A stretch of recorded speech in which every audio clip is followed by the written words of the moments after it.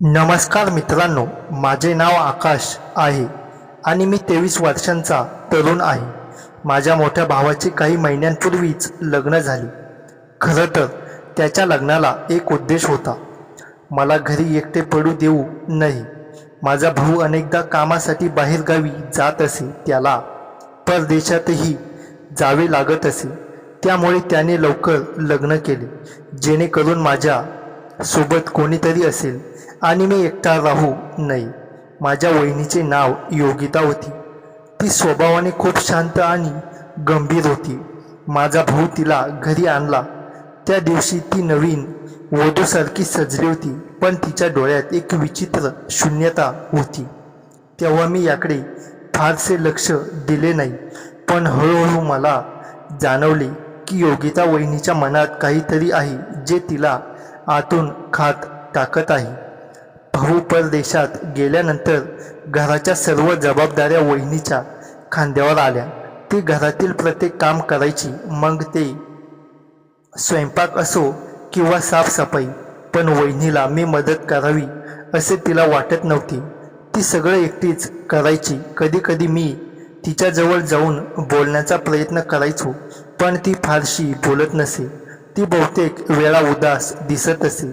अनेकदा मी तिला एकटी रडताना पाहिलं. मला वाटायचं की कदाचित तिला माझ्या भावाची आठवण येत असेल, म्हणून ती इतकी उदास आहे. रात्री अनेकदा तिच्या खोलीतून हलके रडण्याचा आवाज येत असे. वहिनी इतकी उदास का आहे हे मला समजत नव्हतं. मी तिला हे कधीच विचारलं नाही, कारण मला वाटत होतं की तिची वैयक्तिक बाब आहे आणि मी त्यात हस्तक्षेप करू नये. पण कुठेतरी मला असं वाटत होतं की योगिता वहिनी आतून खूप तुटलेली होती. भाऊ गेल्यानंतर होती. लग्नानंतर काही दिवसातच तिचा नवरा तिला सोडून जातो, हे एका नवीन वधूला कल्पना करणे कठीण आहे.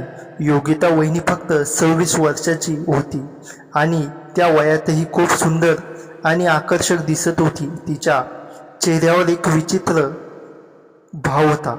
बाहेर ती शांत होती, पण आतून खूप अस्वस्थ होती. एके दिवशी मला वाटले की आता मी वहिनीशी बोलावे. मी पाहिले की ती स्वयंपाकघरात काम करत आहे. मी हळूच तिच्याकडे गेलो आणि विचारले, वहिनी, तो नेहमीच इतकी दुःखी का असतेस? मला माहीत आहे की भाऊ दूर असल्याने तुला खूप त्रास होत असेल, पण जर तुला काही सांगायचे असेल तर मी ऐकायला तयार आहे. तिने क्षणभर माझ्याकडे पाहिले आणि नंतर मान टेकवली. काही वेळ ती काहीच बोलली नाही. मग ती हळूच म्हणाली, तुला समजणार नाही, हे सगळं खूप कठीण आहे. मला जाणवलं की ती काहीतरी लपवत आहे, असं काहीतरी जे ती कोणालाही सांगू शकत नाही. तिच्या चेहऱ्यावर खूप दुःख आणि एकाकीपणाच्या खोल रेषा स्पष्ट दिसत होत्या. मी तिचे दुःख समजून घेण्याचा प्रयत्न केला, पण तिच्या मनात काय चाललंय हे समजणे कठीण होतं. लग्नानंतर भाऊने वहिनीला माझ्याकडे सोडलं होतं. तो स्वतः परदेशात गेला होता, त्याच्या कामात व्यस्त होता. त्याला कदाचित त्याची पत्नी कोणत्या परिस्थितीत राहत आहे याची कल्पना नसेल.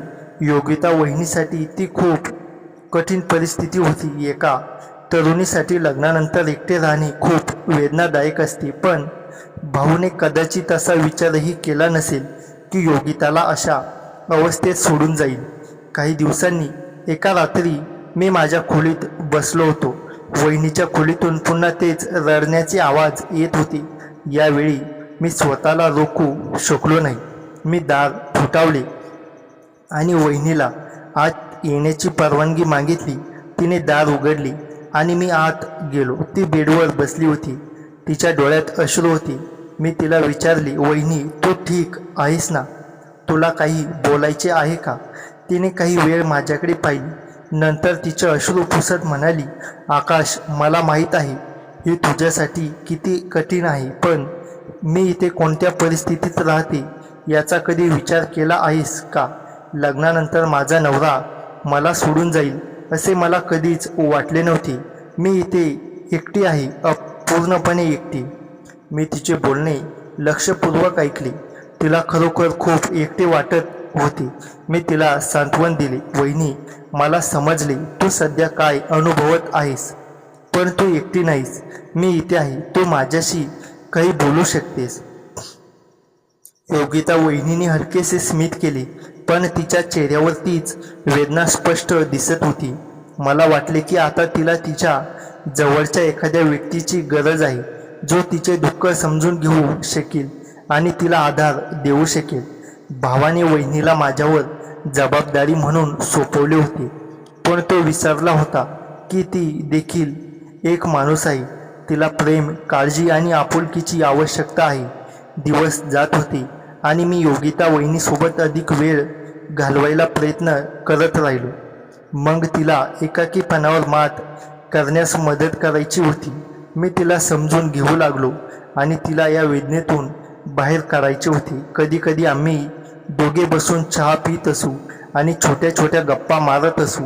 हळूहळू आमच्यात एक चांगले नाते निर्माण होऊ लागले. ती माझ्याशी तिच्या मनातील गोष्टी बोलू लागली आणि मी तिचे ऐकू लागलो. पण तिच्या आतले दुःख अजूनही जिवंत होते.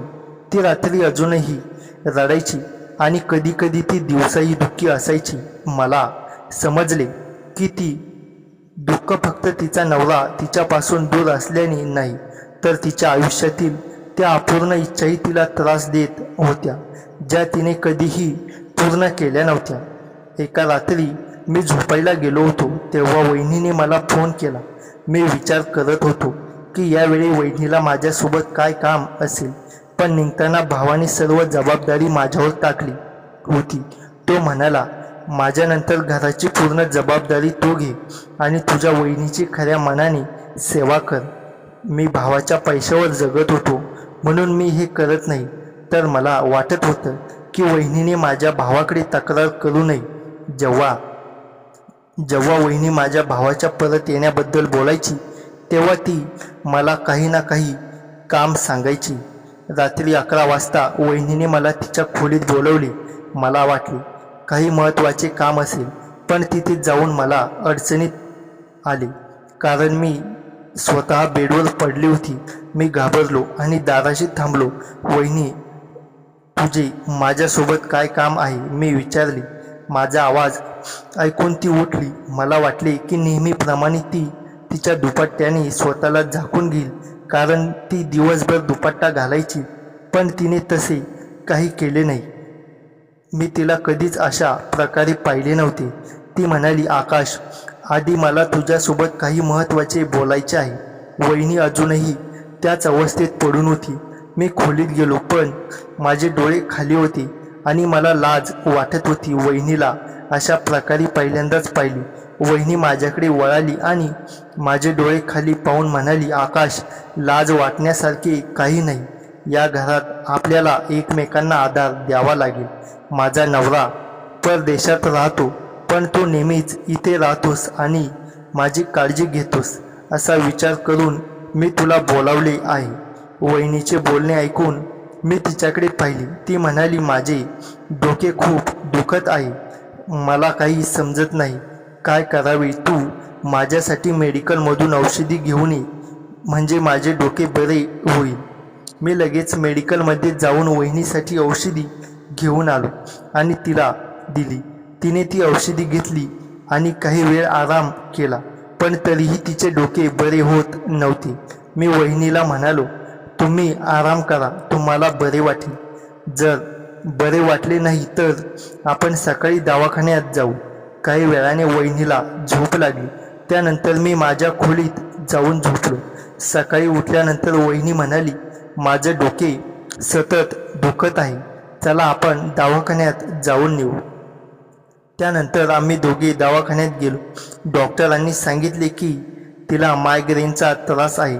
त्यांनी थोडी औषधे लिहून दिली आणि सांगितले की 8-10 दिवसात बरे होईल आणि जर बरे झाले नाही तर थोडी मालिश करा, त्याने थोडा आराम मिळेल. डॉक्टरांनी सल्ला दिला. मग आम्ही घरी आलो. संध्याकाळच्या वेळी जेवण करून झोपण्याच्या वेळेस वहिनी पुन्हा मला आवाज देऊ लागली. ती म्हणू लागली, मला गोळ्या घेऊनही आराम मिळत नाही, कृपया माझ्या डोक्याला मालिश करा. मी म्हणालो, वहिनी, मी हे कसं करू शकतो, मी हे करू शकत नाही. पण वहिनी म्हणाली, तुम्हाला हे करावे लागेल कारण तुमचा भाऊ इथे नाही. ते असते तर मी तुम्हाला कशाला सांगितले असते. मी त्यांच्याकडूनच माझ्या डोक्याची मालिश करून घेतली असती. पण आता ते नाहीत, तर त्यांची जागा तुम्ही घ्या आणि माझ्या डोक्याची मालिश करून द्या. तुझ्या भावाने मला सांगितले होते की तू खूप चांगली मालिश करतोस आणि त्याचे डोकेही काही मिनिटात बरे होते. वहिनीचे बोलणे ऐकून मी हसलो, कारण हे खरे होते. जेव्हा जेव्हा भाऊ इथे असायचा तेव्हा तो नेहमीच माझ्याकडून त्याच्या डोक्याची मालिश करून घेत असे. पण तो माझा भाऊ होता आणि ही वहिनी आहे, मी तिला कसा मालिश करू शकतो. वहिनीने मला सांगितले. मी खोल विचारात होतो. मला काय करावी समजत नव्हते. मी विचार करत होतो की ही कसली वहिनी आहे जी दिराला मालिश करायला सांगते आणि तिला लाज वाटत नाही का. जरी ती मोठी गोष्ट नसली तरी एका स्त्रीने तिच्या मेव्हण्याकडून मसाज करून घेणं हे योग्य नव्हते. जर दुसरे कोणी असते तर नकार देण्याऐवजी मी तिला फटकारले असते. पण यावेळी मी वहिनीचा देवर होतो, म्हणून तिच्यासोबत बोलायची हिंमत नव्हती आणि मी तिला नकार देऊ शकत नव्हतो. तिने मला तेलाची बाटली दाखवली आणि म्हणाली, जर तू माझ्या डोक्याला मालिश केलीस तर खूप छान होईल. हे सांगत असताना तिच्या डोळ्यात अश्रू होते. मला वाटले कदाचित तिला खूप वेदना होत असतील, पण मी वहिनीला नकार देऊ शकत नव्हतो. मी तेल उचलले आणि तिच्या बेडवर बसलो. नंतर हळूहळू तिच्या डोक्यावर तेल लावले आणि मालिश करू लागलो. मी माझे डोळे खाली केले आणि कोणत्याही प्रकारच्या भावना जाणवण्यापासून स्वतःला रोखले. तिच्या डोक्यावर तेल लावताना माझे हात खूप थरथरत होते. मी आजपर्यंत वहिनीला खूप मदत केली होती, पण वहिनीने मला अशी कधीच विनंती केली नव्हती. मी तेल लावत राहिलो तसे वहिनीच्या तोंडून विचित्र आवाज खोलीत घुमू लागले, जणू ती आराम करत आहे. मी पुन्हा त्याच्याकडे पाहिले नाही आणि तिचा चेहरा पाहिला नाही. मला लाज वाटत होती आणि मी तिथून निघून जाऊ इच्छित होतो, पण मी असहाय्य होतो. जर मी वहिनीला नकार दिला असता आणि माझ्या भावाला ते कळले असते तर वहिनीने सांगितलेले काहीही मान्य झाले नसते, अन्यथा माझे खर्च थांबले असते. मी बराच वेळ मालिश करत राहिलो आणि तिचे आवाज खोलीत घुमत राहिले. त्यानंतर कदाचित तिला झोप लागली, कारण तिचा आवाज येणे बंद झाले. मग मी उठून माझ्या खोलीत. मी पहिल्यांदाच एखाद्या महिलेला अशा प्रकारे मालिश केली होती आणि त्यामुळे माझ्या आत कुठेतरी अस्वस्थता पेटली. वहिनीचा गोरा चेहरा मला मादक दिसत होता. ती माझ्या भावाची बायको नाही तर माझीच आहे असे मला वाटत होते. मी विचार केला की आता मी तिच्या खोलीत जाणार नाही. दुसऱ्या दिवशी सकाळी वहिनी पूर्णपणे दुपट्ट्याने झाकलेली होती आणि माझ्यासाठी भाकरी बनवत होती. मी पुढे जाऊन भाकरी घेतली. ती मला म्हणाली, आकाश, तू माझी डोकेदुखी बरी केली आहेस. मी तुझे आभार मानू इच्छिते. तिचे बोलणे ऐकून मला लाज वाटली. मी म्हणालो, खरं तर तू दिवसभर घरी काम करत राहतेस म्हणूनच तू थकतेस. मी तुझ्या कामात काही मदत करायचा प्रयत्न करत नाही. तू नोकर ठेवू शकतेस. माझे बोलणे ऐकून वहिनी म्हणाली, माझा थकवा तोपर्यंत जाणार नाही जोपर्यंत माझा नवरा माझ्याकडे येत नाही. ज्या दिवशी नवरा घरी आला त्या दिवशी माझा थकवा निघून जाईल. मला तिचे बोलणे समजले नाही, पण ती किचनमध्ये गेली. माझ्या कामाची वेळ झाली होती म्हणून मी घराबाहेर पडलो. दिवसभर वहिनीचे नाव माझ्या मनात घुमत राहिले. दुपारी घरी आलो तेव्हा माझी बहीण घरी आली होती. मला वाटले की मी कसं तरी संधी शोधून वहिनीच्या वागण्याबद्दल तिला सांगेन, पण त्या दोघी इतक्या गुंतल्या होत्या की त्यांना माझ्यासाठी वेळ मिळालाच नाही. काही वेळाने माझी बहीण निघून गेली. तिचा नवरा कामावरून घरी येणार होता आणि मी तिला काही सांगू शकलो नाही. बराच वेळ विश्रांती घेतल्यानंतर मी खोलीच्या बाहेर आलो तेव्हा मला दिसले की वहिनी कपडे धुत होती आणि कपड्यांची बादली मोठ्या कष्टाने टेरेसवर घेऊन जात होती. हे पाहून मला लाज वाटली, कारण ते सर्व कपडे माझे होते आणि माझ्यामुळे तिला खूप त्रास होत होता. मी लगेच वहिनीकडे गेलो. ती घामाने भिजली होती. मी बादली घेऊन टेरेसवर गेलो आणि तिला कपडे वाळवायला लटकवण्यास मदत केली.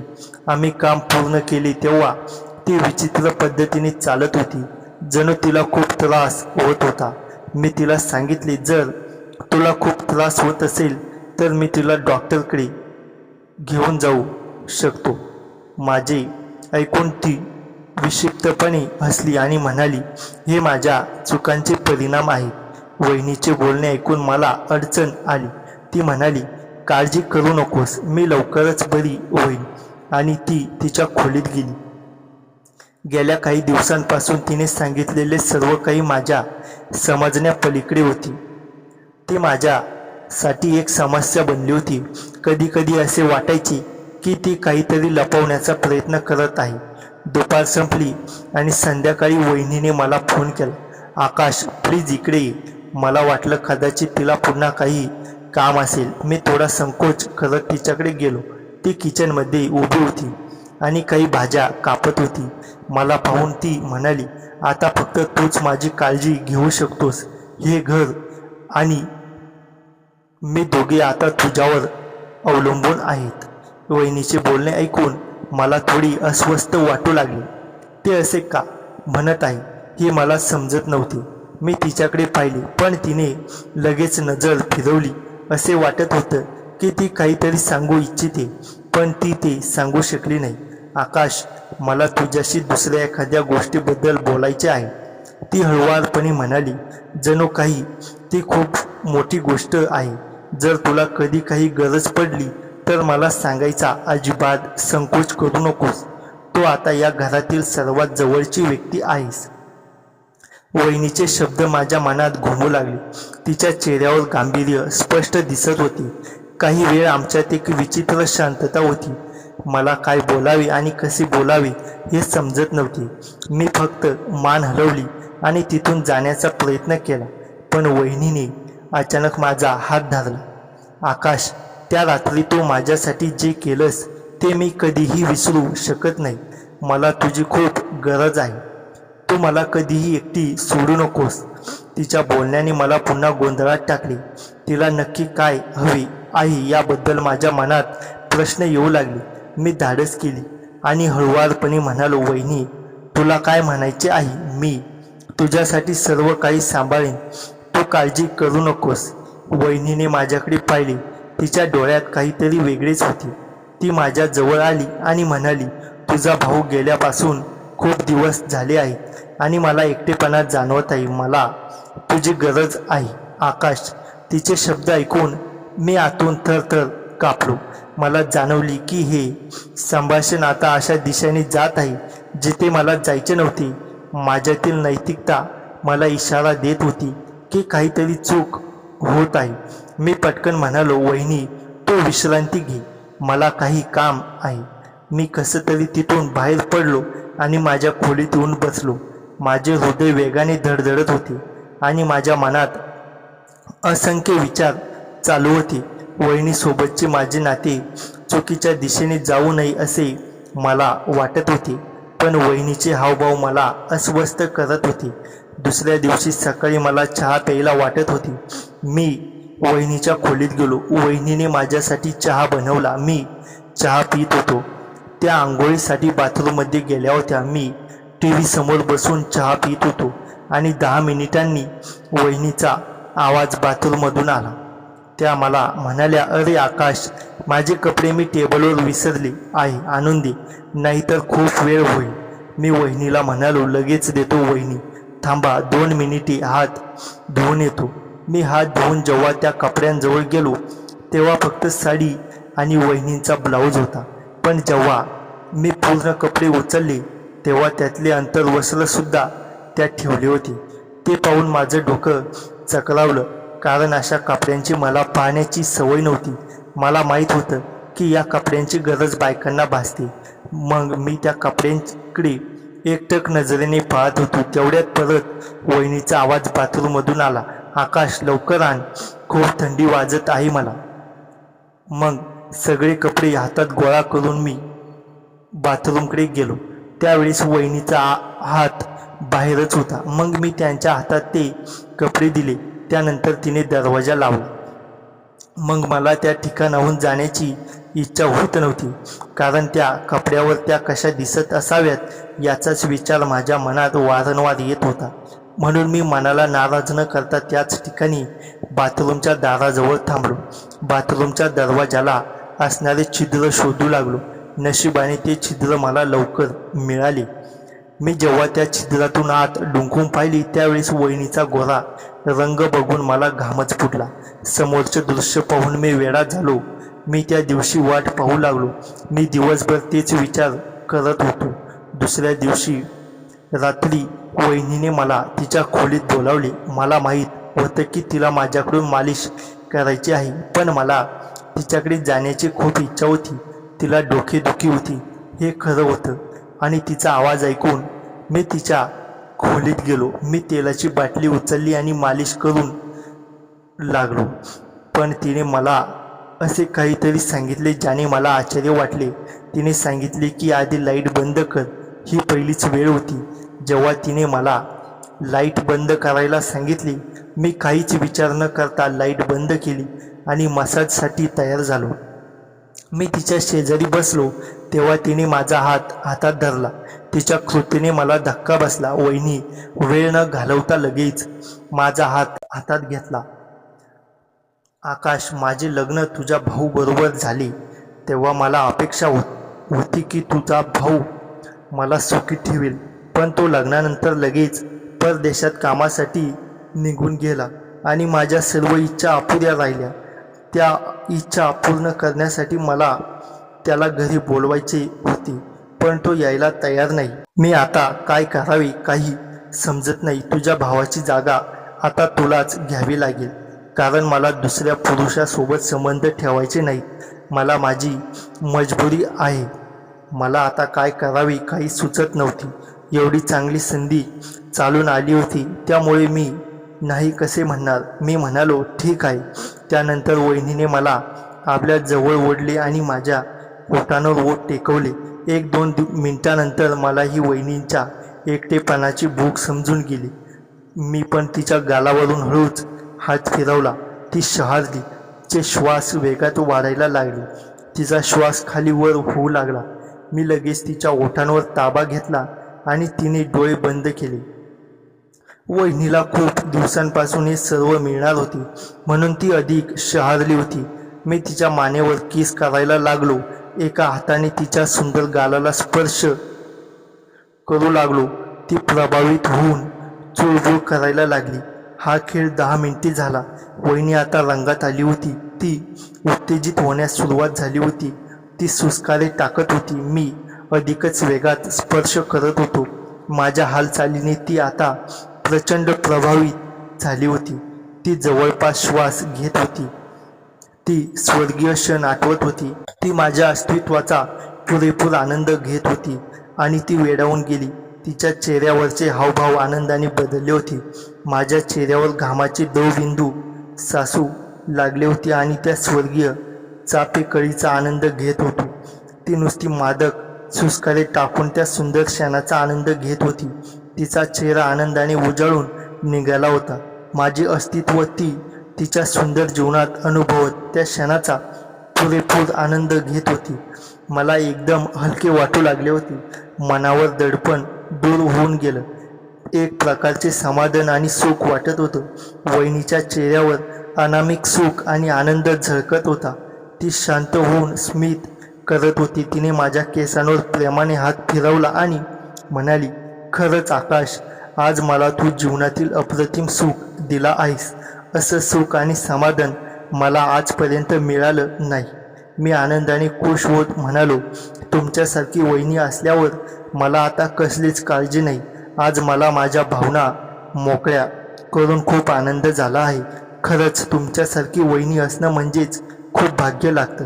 खरंच वहिनी खूप भाग्यवान आहे की मला तुमच्यासारखी वहिनी मिळाली.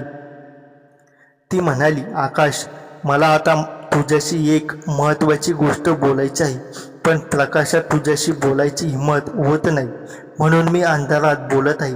वहिनीच्या आवाजात मला आता काहीतरी वेगळे जाणवत होते. त्यानंतर ती मला म्हणाली, तिने माझा हात धरला आणि मला काहीतरी सांगू लागली, जे ऐकून माझी होश उडाली. ती म्हणाली, आकाश, तुझ्या भावाने परदेशात लग्न केले आहे.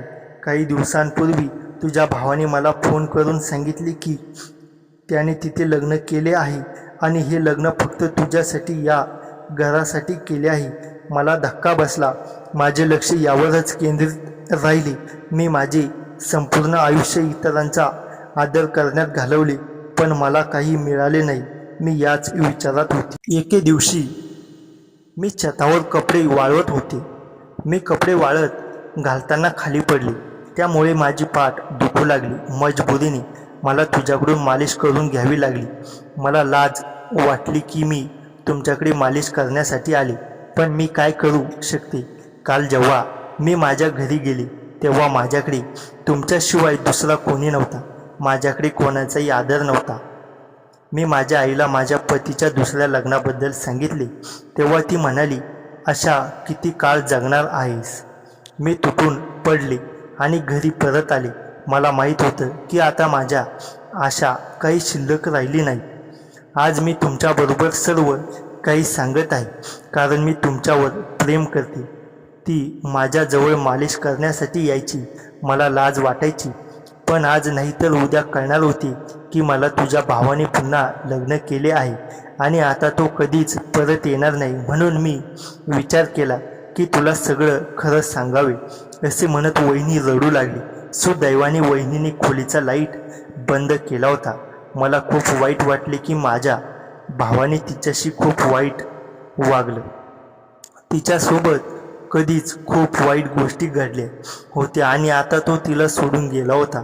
पण यात कुठेतरी आपल्या भावाची खूप चूक होती.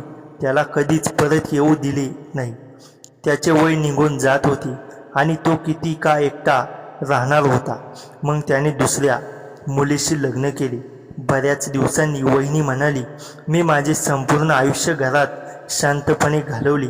तुझी आणि तुझ्या घराची काळजी घेतली. फक्त मला या घरात जाऊ देऊ नकोस. तुझा भाऊ कधीही परत येणार नाही आणि मी इथेच राहीन. मला भीती वाटत होती की एक दिवस तू मला या घरातून हाकलून लावशील. मी वहिनीला सांगितले, हे कधीही होणार नाही. मी तुला कुठेही जाऊ देणार नाही. ज्या पद्धतीने तू हे घर सांभाळलीस हे कोणीही करू शकत नाही. पण तुला एकटे आयुष्य का घालवायचे आहे? माझ्या भावाला घटस्फोट दे आणि माझ्याशी लग्न कर. हे ऐकून वहिनीला आश्चर्य वाटले. मी उठलो आणि खोलीतील लाईट चालू केली आणि म्हणालो, तुलाही आनंद घ्यायचा अधिकार आहे. माझे शिक्षण पूर्ण होणार आहे आणि मी लवकर नोकरी मिळेल. तोपर्यंत स्वतःला घटस्फोट दे. मी लवकर तुझ्याशी लग्न करीन आणि नवीन आयुष्य सुरू करीन. जेव्हा तुझ्या पालकांना सत्य कळेल तेव्हा ते नकार देणार नाहीत. वहिनी म्हणाली, मी तुझ्यापेक्षा खूप मोठी आहे. लोक काय बोलेल, जग काय म्हणेल. मी म्हणालो, या जगाकडे आपल्याला काय दिले आहे आणि तुम्ही जगाबद्दल जे काही विचार करत आहात त्या नात्याला काहीच अपेक्षा नाही. माझे बोलणे ऐकून वहिनी रडू लागली. मी लगेच भावाच्या आईला फोन केला आणि तिला सर्व काही सांगितले. तीही खूप लाजली आणि तिने माफी मागितली. माझ्या वहिनीने माझ्या भावापासून घटस्फोट घेतला. काही महिन्यांनी माझे आणि वहिनीचे लग्न झाले. आम्ही खूप आनंदी आहोत.